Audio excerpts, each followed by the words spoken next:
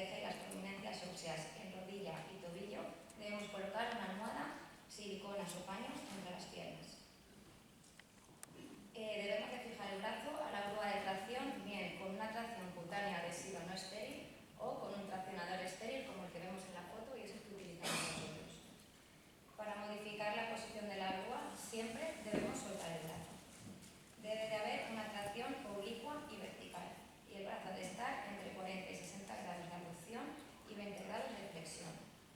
Debemos de utilizar un peso entre 4 y 5 kilogramos para la tracción. Ahora os voy a explicar la posición semisentado. Como podemos ver en la foto, el tronco tiene una inclinación entre 70 y 80 grados. Debemos de fijar y proteger bien la cabeza, rodillas, talones y brazo contralateral.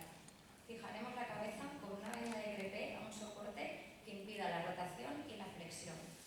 También protegeremos los ojos con gasas. Colocaremos una almohada debajo de las piernas y una cinta de sujeción. En el brazo no a intervenir colocaremos un reposabrazos con siliconas y en el brazo a intervenir colocaremos un reposabrazos un reposabrazos articulado llamado trimano que actúa como asistente quirúrgico. El hombro y la escápula deben de estar descubiertos y el área quirúrgica debe sobresalir para permitir movimientos libres. La mesa debe estar en una inclinación entre 10 y 15 grados entre el Denenburg. Las caderas deben de tener una flexión entre 45 y 60 grados y las rodillas una flexión de 30 grados. La distribución del quirófano. En el quirófano debe de haber una colocación ordenada y sistemática de personal y elementos. Torres de anestesia, artroscopia, bombas, mesa, etc. Se debe crear un ambiente cómodo y espacioso para cirujanos, anestesistas, enfermería, etc. Y debe de haber un control visual del monitor de artroscopia, de la bomba y de las constantes. En este esquema vemos como el cirujano se sitúa enfrente de la torre de artroscopia manteniendo el contacto visual en todo momento. A la derecha de la torre de artroscopia tenemos la bomba de suero y el sistema de tracción. A la derecha del cirujano estará el cirujano ayudante y la enfermera instrumentista. En rojo podemos ver donde se colocan las mesas del instrumental y en la cabecera del paciente tendremos al anestesista y el respirador. Las mesas quirúrgicas. Se utilizan dos mesas, una mesa de mayo que se colocará a la derecha del cirujano y delante de la enfermera instrumentista. Aquí pondremos los instrumentos de uso habitual, como son el vaporizador, el condrotomo, las pinzas habituales como el bajanudo, la recuperadora de hilos o las tijeras. Luego tendremos una mesa auxiliar que la colocaremos a la derecha y aquí tendremos los instrumentos que podríamos necesitar durante la cirugía, como el bisturí, las pinzas, compresas, apósitos, cánulas, anclajes. También dejaremos el material